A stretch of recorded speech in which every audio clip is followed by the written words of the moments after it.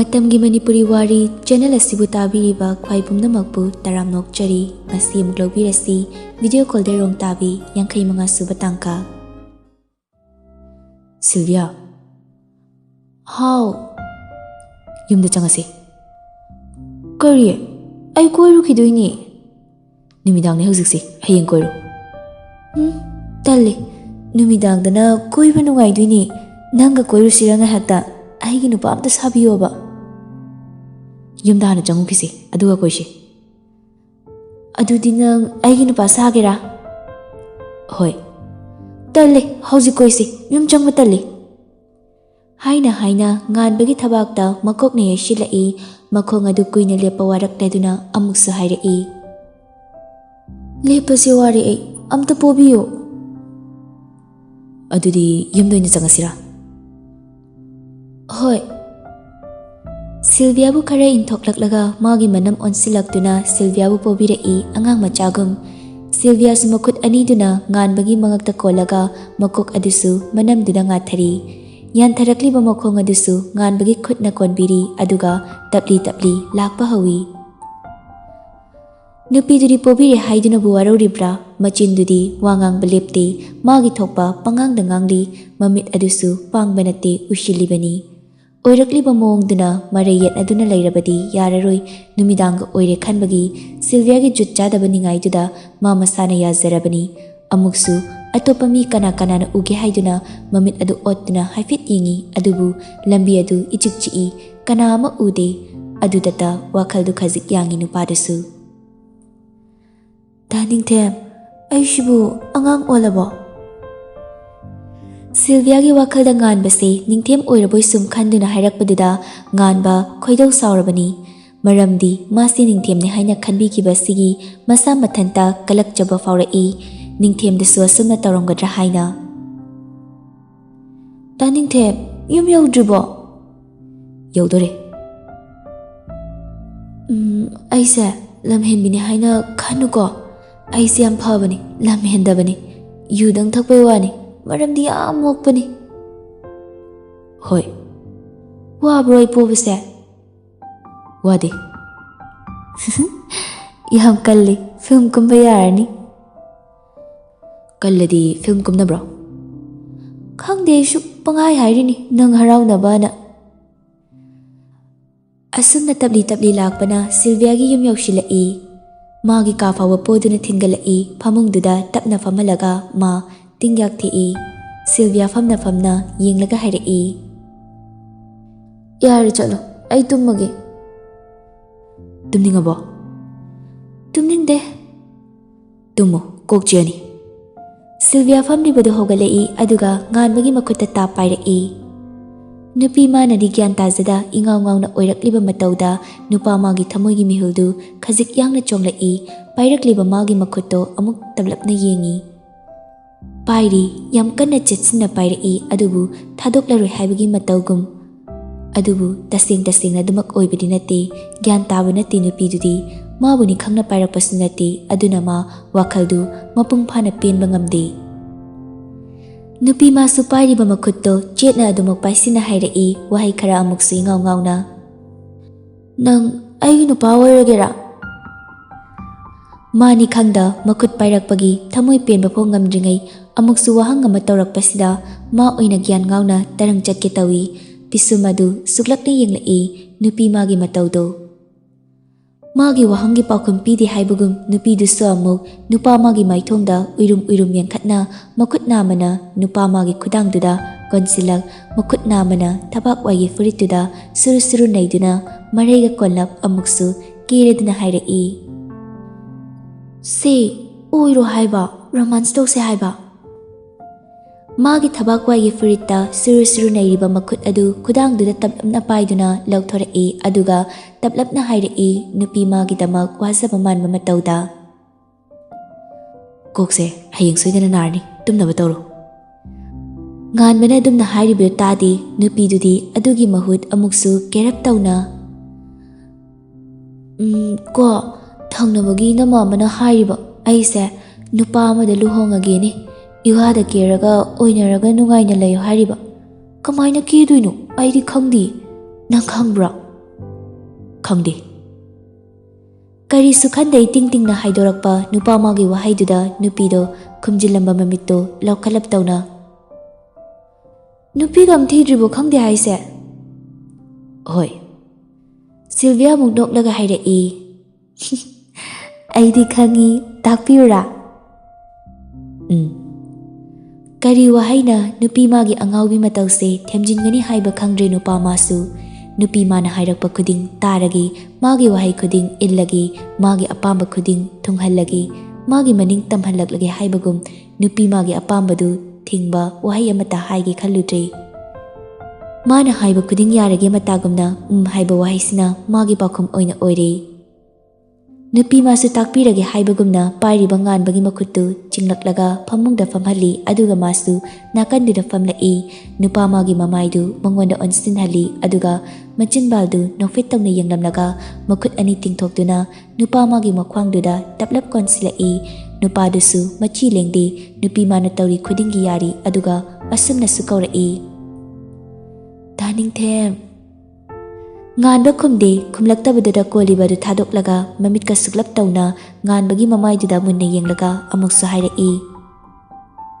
ꯅꯤꯡꯊꯦꯝ ꯀꯩꯒꯤꯅꯣ ꯑꯇꯣꯞꯄ ꯃꯤꯒꯤ ꯃꯁꯛ ꯃꯥꯜꯂꯤ ꯅꯤꯡꯊꯦꯝ ꯃꯥꯟꯗꯤꯌꯦ ꯉꯁꯤꯗꯤ ꯁꯤꯜꯚꯤꯌꯥ ꯅꯍꯥꯟꯈꯩꯒ ꯃꯥꯟꯅꯗꯕ ꯃꯑꯣꯡꯗꯅꯤ ꯇꯧꯔꯤꯁꯦ ꯊꯛꯈꯤꯕ ꯈꯔ ꯍꯦꯟꯖꯤꯟꯈꯤꯕꯅꯔ ꯀꯩꯅꯣ ꯃꯥꯅ ꯄꯥꯝꯕ ꯅꯤꯡꯉꯛꯄꯗꯨꯅꯤ ꯉꯥꯟꯕꯗ ꯇꯧꯔꯤꯁꯦ ꯁꯤꯜꯚꯤꯌꯥꯒꯤ ꯃꯇꯧꯁꯤꯗ ꯉꯥꯟꯕꯁꯨ ꯋꯥꯔꯕꯅꯤ ꯃꯥꯅ ꯇꯨꯝꯈ꯭ꯔꯗꯤ ꯈꯟꯕꯅꯤ ꯇꯨꯝꯈꯤꯗ꯭ꯔꯦ ꯖꯥꯠ ꯖꯥꯠ ꯌꯥꯝ ꯇꯧꯔꯛꯂꯤ ꯉꯥꯟꯕꯗ ꯌꯥꯝ ꯃꯨꯟꯅ ꯌꯦꯡꯂꯒ ꯑꯃꯨꯛꯁꯨ ꯍꯥꯏꯔꯛꯏ ꯅꯪ ꯅꯤꯡꯊꯦꯝ ꯅꯠꯇꯦ ꯍꯥꯏꯕ ꯑꯩ ꯈꯪꯉꯤ ꯅꯤꯡꯊꯦꯝꯗꯤ ꯑꯩꯅ ꯁꯤꯗ ꯂꯥꯛꯀꯅꯣ ꯍꯥꯏꯈ꯭ꯔꯕꯅꯤ ꯃꯃꯤꯠꯇꯣ ꯄꯥꯡꯕ ꯉꯝꯕꯣꯏ ꯉꯝꯗꯕꯣꯏ ꯌꯨꯡꯁꯤꯟꯅ ꯌꯦꯡꯂꯒ ꯉꯥꯟꯕꯒꯤ ꯃꯃꯥꯏꯗ ꯃꯈꯨꯠꯇꯨꯅ ꯅꯥꯜꯂꯒ ꯑꯃꯨꯛꯁꯨ ꯍꯥꯏꯔꯛꯏ ꯀꯅꯥꯅꯣꯝ ꯌꯥꯝ ꯃꯥꯜꯂꯤ ꯅꯪ ꯃꯤꯡ ꯀꯩ ꯀꯧꯒꯦ ꯃꯤꯡ ꯀꯩ ꯀꯧꯒꯦꯕ ꯑꯌꯥ ꯈꯨꯝꯗꯤꯌꯦ ꯃꯆꯨꯜꯗꯣ ꯑꯃꯨꯛ ꯄꯩꯊꯣꯛꯂꯒ ꯑꯩꯅ ꯍꯥꯏꯕ ꯈꯨꯝꯗꯦ ꯁꯤꯜꯚꯤꯌꯥ ꯇꯨꯝꯅꯕ ꯇꯧꯔꯣ ꯍꯌꯦꯡ ꯌꯥꯍꯧꯔꯛꯄꯗ ꯀꯣꯛ ꯆꯤꯛꯂꯅꯤꯌꯦ ꯇꯨꯝꯃꯣꯏ ꯑꯩ ꯉꯁꯤꯒꯤ ꯇꯨꯝꯃꯣꯏ ꯅꯪꯉꯣꯟꯗ ꯔꯣꯃꯥꯟꯁ ꯇꯧꯗꯣꯏꯅꯤ ꯃꯌꯥꯗ ꯑꯃꯨꯛ ꯍꯤꯒꯠꯂꯒ ꯍꯥꯏꯔꯛꯏ ꯀꯣꯅꯦ ꯔꯣꯃꯥꯟꯁ ꯇꯧꯒꯦꯕ ꯁꯤꯜꯚꯤꯌꯥꯅ ꯑꯁꯨꯝꯅ ꯁꯨꯝ ꯇꯧꯔꯕꯗꯤ ꯃꯥꯒꯤ ꯊꯋꯥꯏꯅꯤ ꯈꯟꯖꯔꯤꯕꯤ ꯅꯨꯡꯁꯤꯊꯣꯏꯕꯤꯁꯤꯒꯤ ꯃꯀꯣꯛ ꯆꯤꯛꯂꯅꯤ ꯈꯟꯕꯒꯤ ꯃꯥꯕꯨ ꯊꯦꯝꯗꯨꯅ ꯇꯨꯝꯍꯟꯅꯕ ꯍꯣꯠꯅꯔꯛꯏ ꯃꯈꯨꯠ ꯑꯅꯤꯗꯨ ꯆꯦꯠꯅ ꯄꯥꯏꯁꯤꯟꯗꯨꯅ ꯍꯥꯏꯔꯛꯏ ꯁꯦ ꯑꯩ ꯋꯥ ꯍꯥꯏꯒꯦꯁꯦ ꯈꯨꯠ ꯐꯥꯒꯅꯨ ꯊꯥꯗꯣꯛꯑꯣ ꯅꯪ ꯑꯩꯅ ꯍꯥꯏꯕ ꯌꯥꯗ꯭ꯔꯒꯗꯤ ꯊꯥꯗꯣꯛꯑꯣꯏ ꯈꯪꯉꯤ ꯅꯪꯅ ꯑꯩꯒꯤ ꯈꯨꯠ ꯄꯥꯏꯔꯤꯁꯦ ꯔꯣꯃꯥꯟꯁ ꯇꯧꯔꯤꯅꯤ ꯈꯪꯉꯤ ꯋꯥ ꯌꯥꯝ ꯉꯥꯡꯉꯗꯤ ꯅꯆꯤꯟꯁꯨ ꯑꯃꯨꯛ ꯃꯦꯟꯁꯤꯟꯗꯣꯏꯅꯤ ꯌꯦꯡꯉꯣ ꯇꯜꯂꯤ ꯆꯤꯟꯗꯤ ꯃꯦꯟꯁꯤꯟꯕꯤꯅꯨ ꯑꯩ ꯋꯥ ꯌꯥꯝ ꯉꯥꯡꯅꯤꯡꯉꯦꯕ ꯑꯗꯨꯗꯤ ꯑꯩꯅ ꯍꯥꯏꯕ ꯏꯟꯒꯗ꯭ꯔꯥ ꯑꯗꯨꯗꯤ ꯅꯪ ꯀꯅꯥꯅꯣ ꯀꯅꯥ ꯃꯥꯜꯂꯦ ꯃꯨꯟꯅ ꯌꯦꯡꯉꯣ ꯁꯤꯜꯚꯤꯌꯥꯗꯣ ꯉꯥꯟꯕꯗ ꯃꯨꯟꯅ ꯌꯦꯡꯂꯤꯒꯨꯝ ꯃꯃꯤꯠ ꯑꯅꯤꯗꯨꯅ ꯇꯒꯨꯞ ꯇꯒꯨꯞ ꯉꯥꯟꯕꯒꯤ ꯃꯥꯏꯊꯣꯡꯗ ꯌꯦꯡꯂꯛꯏ ꯑꯗꯨꯒ ꯍꯥꯏꯔꯛꯏ ꯈꯪꯗꯦ ꯄꯥꯎꯈꯨꯝꯗꯨꯅ ꯅꯨꯄꯥ ꯃꯥꯒꯤ ꯊꯃꯣꯏꯗꯨꯗ ꯈꯖꯤꯛ ꯆꯩꯅꯥ ꯄꯤꯔꯛꯏ ꯑꯗꯨꯕꯨ ꯑꯃꯨꯛꯁꯨ ꯈꯟꯖꯩ ꯍꯧꯖꯤꯛ ꯃꯥꯒꯤ ꯊꯋꯥꯏꯁꯦ ꯒ꯭ꯌꯥꯟ ꯇꯥꯖꯗ꯭ꯔꯤꯕꯤꯅꯤ ꯏꯉꯥꯎ ꯉꯥꯎꯔꯤꯕꯤꯅꯤ ꯈꯟꯅ ꯐꯥꯎꯔꯛꯂꯤꯕ ꯅꯨꯡꯉꯥꯏꯇꯕ ꯏꯍꯨꯜ ꯅꯝꯁꯤꯟꯅꯕ ꯂꯥꯛꯅꯔꯛꯏ ꯃꯗꯣꯝ ꯇꯨꯃꯤꯟꯅ ꯑꯗꯨꯒ ꯑꯃꯨꯛꯁꯨ ꯃꯥꯕꯨ ꯃꯁꯛ ꯇꯥꯛꯂꯒꯦ ꯃꯥꯒꯤ ꯇꯝꯌꯥꯏꯗꯨꯅꯤ ꯈꯪꯍꯜꯂꯒꯦ ꯃꯇꯥꯒꯨꯝꯅ ꯍꯥꯏꯔꯤ ꯁꯦ ꯑꯩꯁꯦ ꯅꯪꯒꯤ ꯇꯝꯌꯥꯏꯅꯤ ꯅꯨꯄꯤ ꯃꯥꯁꯨ ꯈꯪꯗ ꯈꯪꯅꯕ ꯃꯇꯧꯒꯨꯝ ꯀꯩꯁꯨ ꯈꯟꯗ ꯏꯌꯥꯡ ꯌꯥꯡꯅ ꯑꯣ ꯈꯪꯉꯦꯒ ꯍꯥꯏꯔꯛꯄꯗꯨꯗꯗꯤ ꯅꯨꯄꯥꯗꯨꯁꯨ ꯍꯧꯖꯤꯛꯇ ꯃꯥꯕꯨ ꯈꯪꯕꯤꯔꯦ ꯐꯥꯎꯔꯝꯕ ꯅꯨꯡꯉꯥꯏꯇꯕ ꯏꯍꯨꯜ ꯑꯗꯨ ꯈꯨꯗꯛꯁꯤꯗ ꯃꯥꯡꯈ꯭ꯔꯕꯒꯨꯝ ꯆꯤꯟꯕꯥꯜꯗꯨ ꯅꯣꯛꯐꯦꯠ ꯇꯧꯔꯛꯇꯨꯅ ꯌꯥꯝꯅ ꯏꯪꯅ ꯅꯨꯡꯁꯤꯅ ꯍꯥꯏꯔꯛꯏ ꯅꯍꯥꯟꯗꯒꯤ ꯅꯨꯡꯁꯤꯅ ꯂꯣꯏꯅꯔꯛꯄ ꯃꯇꯧꯒꯨꯝ ꯇꯝꯌꯥꯏ ꯋꯥ ꯍꯥꯏꯒꯦꯀꯣ ꯅꯨꯄꯥ ꯃꯥꯅ ꯑꯗꯨꯝꯅꯒ ꯍꯥꯏꯔꯛꯄꯗꯨꯗꯗꯤ ꯅꯨꯄꯤꯗꯨꯁꯨ ꯌꯥꯝꯅ ꯒ꯭ꯌꯥꯟ ꯇꯥꯔꯕꯤꯒꯨꯝ ꯃꯉꯛꯀ ꯈꯖꯤꯛ ꯅꯣꯝꯗꯨꯅ ꯍꯥꯏꯅ ꯈꯨꯝꯂꯛꯏ ꯅꯨꯄꯥꯗꯨꯁꯨ ꯃꯥꯒꯤ ꯋꯥ ꯇꯥꯕꯤꯔꯦꯒꯨꯝ ꯃꯈꯥ ꯇꯥꯔꯛꯂꯤ ꯃꯇꯝꯁꯦ ꯌꯥꯝ ꯊꯦꯡꯉꯦꯕ ꯇꯨꯝꯅꯕ ꯇꯧꯁꯦꯕ ꯅꯪꯁꯨ ꯑꯩꯒ ꯇꯨꯝꯗꯣꯏꯔꯣ ꯁꯤꯜꯚꯤꯌꯥꯒꯤ ꯑꯁꯤꯒꯨꯝꯕ ꯀꯤꯔꯕ ꯊꯨꯛ ꯊꯨꯛ ꯂꯥꯎꯕ ꯊꯃꯣꯏꯒ ꯍꯦꯛꯇ ꯆꯣꯡꯊꯣꯛꯍꯟꯕ ꯉꯝꯕ ꯋꯥꯍꯪꯁꯤꯗꯅꯤ ꯉꯥꯟꯕꯅ ꯑꯃꯨꯛ ꯃꯤꯍꯨꯜ ꯄꯥꯏꯊꯣꯔꯛꯂꯤꯕꯁꯤ ꯑꯗꯨꯕꯨ ꯃꯥꯒꯤ ꯃꯤꯍꯨꯜ ꯄꯥꯏꯊꯣꯛꯄ ꯌꯥꯗꯦꯒꯨꯝ ꯐꯥꯖꯤꯟꯖꯗꯨꯅ ꯇꯞꯂꯞꯅ ꯈꯨꯝꯂꯛꯏ ꯃꯣꯡ ꯍꯥꯗꯕ ꯃꯇꯧꯗ ꯇꯨꯝꯃꯣꯏ ꯑꯗꯣ ꯇꯝꯌꯥꯏ ꯁꯤꯜꯚꯤꯌꯥꯅ ꯁꯨꯃꯥꯏꯅꯒ ꯉꯥꯎꯔꯤ ꯇꯝꯌꯥꯏ ꯀꯥꯏꯅ ꯀꯧꯔꯛꯄꯁꯤꯗꯗꯤ ꯅꯨꯡꯁꯤꯃꯟꯈ꯭ꯔꯦ ngasai ma masagi mihulbu phazinaba kanna honaribani adubu hek paithokna silakpa nupi magi matause onthokna sinungshi hankre mamaiduda tapna nali nokfit tawna hayo nang nungshiba masak hangbra nupadu wahangduda muksu ting heklawi adubu ma paukhumdu leptana piri nupi magi wahang khuding kainabagi wabadi nang khangbra matangduda muksu swailawi nupi mabu mitkupta yenglai mataudo mana maral ama langjakhragum tatuna aduga tapna khumlai nganba muksu kari aruba kiba wahang hanglakadagi pakhalai kari karamba wahangna kari wahaina magi manak nakshinabu honariba se inthokadra mabu maithiba pirakadra khanbada ma masadu laitafam khanglakte yengbasu yengli adumak nupi mabu nupi dusu karibu khalurabano nofet ka tawna ai su khangi aiga manare adudi ko ne wahai duda pakhalamba nupado khajik yangli takpagumna sordu tablap hondoktuna pakhum supiri manari nangdi kamai kainagrino wahang hang balepte nupi sisu adusu nupa mana khumbangam loidaba aruba wahang ngakta asigumba wasi thaidoknaba pambai thirai Sylvia to makataranu haujikta nokmi higalamba maithongdu khangmak amu maksin khiduna machindu peri tawna aigidi ko kainagrido mana ai pamdabaini hairaga makhut aniduna mamit noiduna angang machagumna wawa kapthorai hihi kalauna manapka tutut chinkhatlaga kapna amuksu hairai mana ise sukpam pamdi mana ai nungsibide adu orasu ainadi ma adum nungsibagi wani mana ise suknung nungsirise kaiginoba ainadi mayam nungsiraga mana ai mirailamnini ai kayam wai khangbra ai kayam kappe aduga aige birthday numittasu madi lakte numittudasu aina kayam ikaiki aina kayam waki ai kayam kapki manadi amata khangbide mabu aina kayam nungshi aina magidamak kayam khali mana sunggang khangbidabani manadi haina kanna kapkhalai nganbadi maral leiraba amagum wahi amata haiba ngamda Sylvia gi mataubu yengli Sylvia gi birthday numittasu laknaba kanna haijarakibani thawoidana mana numittuda seliga unakhibani khudingmak khaluraga ningamlaktre Sylvia gi thamoida lokthop lokoi leita pendana phongdoklakpasina mangonda awaba ma hablakpaga chapmanare masu khalai numittuda mana nungairam loidaba ikairamgadaba khuding ashigumba wahangsi thaidoknaba kanna honajabani adubu pai leitre mana fana honaraba sungamdre haujikti ma tumina leire kari haigani thoktre hainaba wahaisu leitre fana oiduna su ma Sylvia gi mafamdadi ma maral chawna lei haiba masana khangjei magi nushinabi atopa nupi leiragadi aibu kaidobagi kaihaubirunoba mana aduga aibu wahalamba mana inusibidena aina suma nungsiganu suyade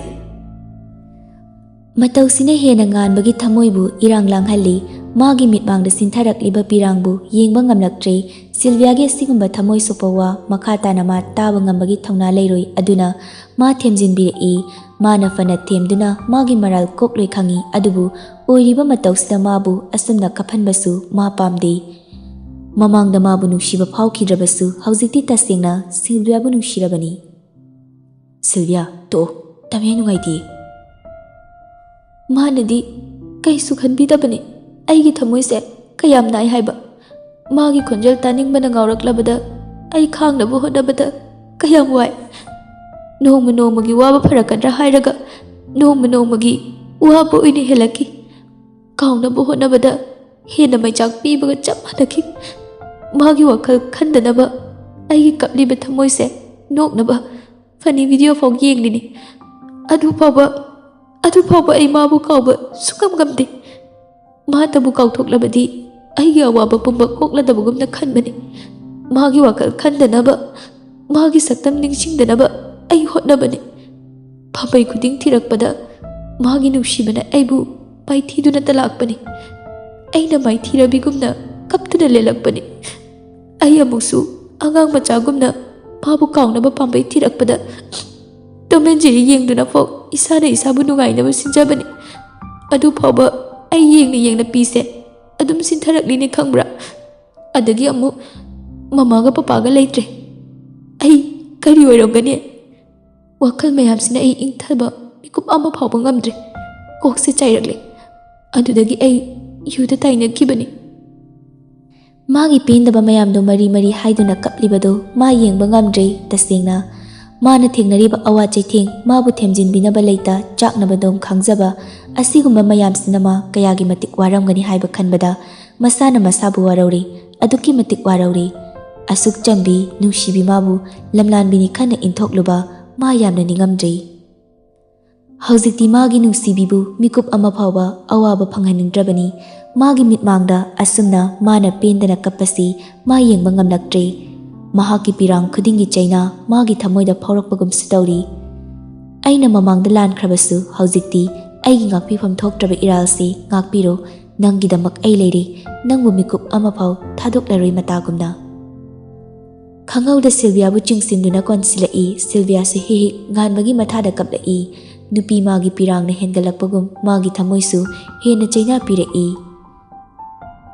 ꯁꯤꯜꯚꯤꯌꯥꯒꯤ ꯍꯧꯅ ꯊꯃꯣꯏ ꯁꯣꯛꯅ ꯀꯞꯄ ꯃꯇꯧ ꯑꯗꯨ ꯎꯔꯒ ꯃꯥꯒꯤ ꯊꯃꯣꯏꯁꯨ ꯄꯨꯕ ꯉꯝꯂꯛꯇ꯭ꯔꯦ ꯁꯤꯜꯚꯤꯌꯥꯕꯨ ꯃꯊꯥꯗ ꯆꯦꯖꯦꯠ ꯀꯣꯟꯁꯤꯟꯗꯨꯅ ꯄꯤꯔꯥꯡ ꯁꯤꯟꯊꯔꯛꯏ ꯃꯥꯁꯨ ꯑꯗꯨꯒ ꯇꯞꯂꯞ ꯀꯞꯂꯤꯕ ꯈꯣꯟꯖꯦꯜꯗ ꯍꯥꯏꯔꯛꯏ ꯁꯤꯜꯚꯤꯌꯥ ꯇꯣꯛꯂꯣ ꯀꯞꯂꯅꯨ ꯋꯥꯔꯅꯤꯌꯦ ꯅꯪꯒꯤ ꯄꯤꯔꯥꯡ ꯃꯔꯤꯛ ꯈꯨꯗꯤꯡꯅ ꯑꯩꯕꯨ ꯆꯩꯅꯥ ꯄꯤꯔꯤ ꯑꯩ ꯂꯥꯜꯂꯦ ꯇꯣꯛꯂꯣ ꯅꯪꯒꯤ ꯊꯃꯣꯏꯕꯨ ꯋꯥꯍꯟꯈꯤ ꯍꯥꯏꯗꯨꯅ ꯑꯩꯕꯨ ꯑꯃꯨꯛ ꯋꯥꯍꯟꯒꯦ ꯈꯜꯂꯅꯨ ꯏꯁꯥꯅ ꯏꯁꯥꯒꯤ ꯊꯃꯣꯏꯕꯨ ꯃꯁꯛ ꯈꯪꯂꯨꯗ꯭ꯔꯦ ꯑꯩꯕꯨ ꯑꯃꯨꯛ ꯆꯩꯅꯥ ꯄꯤꯔꯅꯨ ꯉꯥꯟꯕꯒꯤ ꯃꯊꯥꯗ ꯍꯦꯛ ꯀꯝꯂꯝꯕꯗꯣ ꯇꯣꯛꯂꯒ ꯉꯥꯟꯕꯕꯨ ꯇꯞꯅ ꯏꯟꯊꯣꯛꯏ ꯑꯗꯨꯒ ꯃꯄꯤꯗꯨ ꯁꯠ ꯇꯩꯊꯣꯛꯇꯨꯅ ꯍꯥꯏꯔꯛꯏ ꯍꯧꯖꯤꯛꯇꯤ ꯑꯩ ꯃꯥꯒꯤ ꯋꯥꯈꯜ ꯈꯜꯂꯔꯣꯏ ꯑꯩꯅ ꯃꯥꯕꯨ ꯅꯨꯡꯁꯤ ꯍꯥꯏꯗꯨꯅ ꯃꯥꯕꯨ ꯑꯩꯒꯤ ꯑꯣꯏꯗꯕ ꯌꯥꯗꯦ ꯍꯥꯏꯕ ꯈꯟꯗꯤꯌꯦ ꯈꯟꯈꯤꯕꯁꯨ ꯂꯩꯇꯦ ꯑꯩꯅ ꯐꯪꯂꯤꯕ ꯆꯩꯅꯥꯁꯦ ꯃꯥꯕꯨ ꯐꯪꯍꯟꯅꯤꯡꯗꯤꯌꯦ ꯃꯥꯅ ꯋꯥꯕꯗꯣ ꯑꯩ ꯌꯦꯡꯕ ꯉꯝꯂꯣꯏꯌꯦ ꯑꯩꯒꯤ ꯅꯨꯡꯁꯤꯕ ꯐꯪꯗ꯭ꯔꯒꯁꯨ ꯃꯥꯒꯤꯗꯤ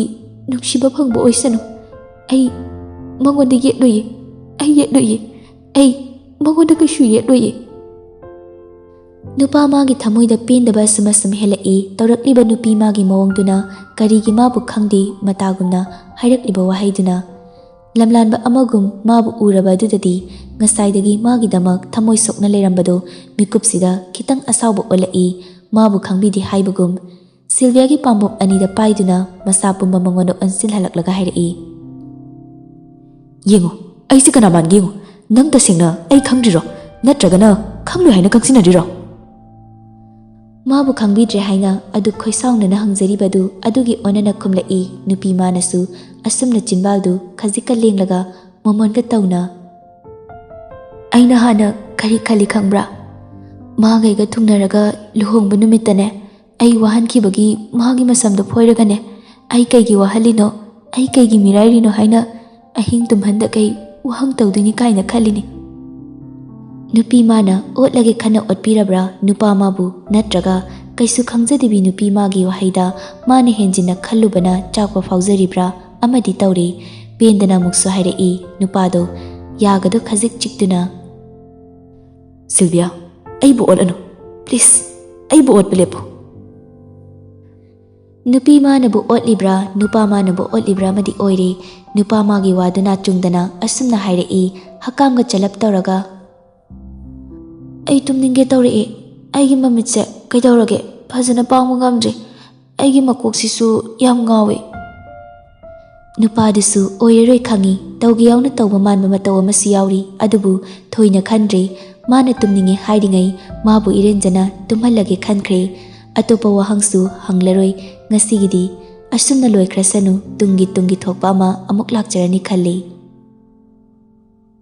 ꯇꯨꯝꯂꯒꯅꯦ ꯅꯪꯒꯤ ꯀꯣꯛ ꯆꯤꯛꯄ ꯀꯣꯛ ꯉꯥꯎꯕ ꯂꯣꯏꯅ ꯐꯔꯗꯣꯏꯅꯤ ꯇꯨꯝꯅꯕ ꯇꯧꯔꯣꯀꯣ ꯍꯥꯏꯔꯒ ꯁꯤꯜꯚꯤꯌꯥꯕꯨ ꯐꯖꯅ ꯐꯃꯨꯡꯗꯨꯗ ꯍꯤꯞꯊꯍꯜꯂꯤ ꯁꯤꯜꯚꯤꯌꯥ ꯍꯤꯞꯅ ꯉꯥꯟꯕꯗ ꯌꯦꯡꯗꯨꯅ ꯃꯈꯨꯠꯇꯨ ꯆꯦꯠꯅ ꯄꯥꯏꯁꯤꯜꯂꯛꯏ ꯆꯠꯈꯤꯅꯨ ꯍꯥꯏꯕ ꯃꯥꯟꯕ ꯃꯇꯧꯒꯨꯝ ꯉꯥꯟꯕꯁꯨ ꯍꯣꯏ ꯍꯥꯏꯕꯒꯨꯝꯅ ꯃꯅꯥꯛꯇ ꯐꯝꯂꯛꯏ ꯑꯗꯨꯒ tumlo haibugum makut namana Sylviagi mamit anidubu nanthabiduna uishinhali.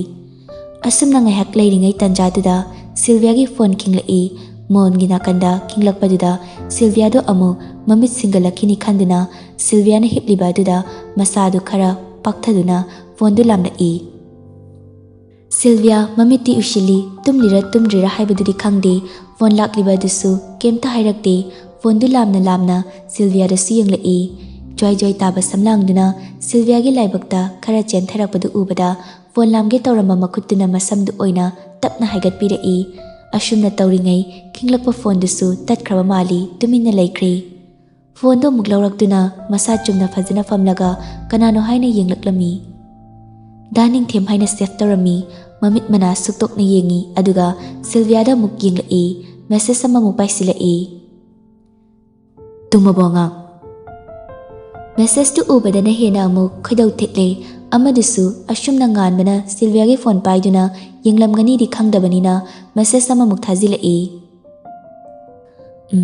Angang nang chei chaduni nang tumdri haibai khangi message salaktradi aidi fuba laktoini yo.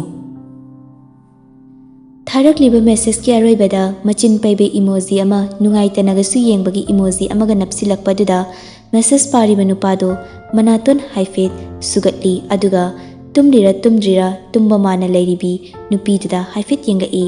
Handaki message ki lakke haiba ama pankribadu laktala adura pakhatlibani. Ngaihak yengi tumina aduga ma Sylvia gi makhut tapna paiduna fingerprint lock hangi aduga message to mana oina reply piki. Tumgi tawri ai. To adumaina message to haladi khara faidana angang se maram yamoi sidani aina message to the sidani ainaga hairaga dot mayamga namlaga aroibada mamit nama khumjinba mamit nama pangba marai sangna tingba emoji napsilakpado nganba kari nungi message haluba I kaba haidu oiri. Saurangnana phone du table da thamkhigi tawi message ama muk tharai kai hairak inu yengningba poklai amuk mana hena chakpo iramgani yenglaroi khana table du da tapna thamaga makhut du tapna chingsilai. Adubu yengningbana amu sat inthokduna phone du tapairai aduga yenglai. Nangbu nushidaba midane nushiraga wadoi saru nangbu nushirakpa miga I love you haina bana fani na khali. Haibaga tawbaga proprok chakle ningthemna su Sylvia da kainuma khali haibasi nganbana su khangba ngamle. Phone du off tokshilaga thamkre aduga Sylvia na tumlibadu nungsina yengi masu chatnaba tawge haiduna famlambadagi tapna hogalai. Sylvia tumna makhut adu lamaktuna nganbagi makhutta farai aduga khangjingchingai. Nganba Sylvia gi mathakta upsilai mamai aniduna thengna dawba kitangai Sylvia tumna chiroloi kai oi. Tamyai kok siam nai kok nambiyo. Nganba tapna non khalaklaga chumna fami aduga Sylvia gi laibakta tapna nanbirai. Ashumna numitu su haukre.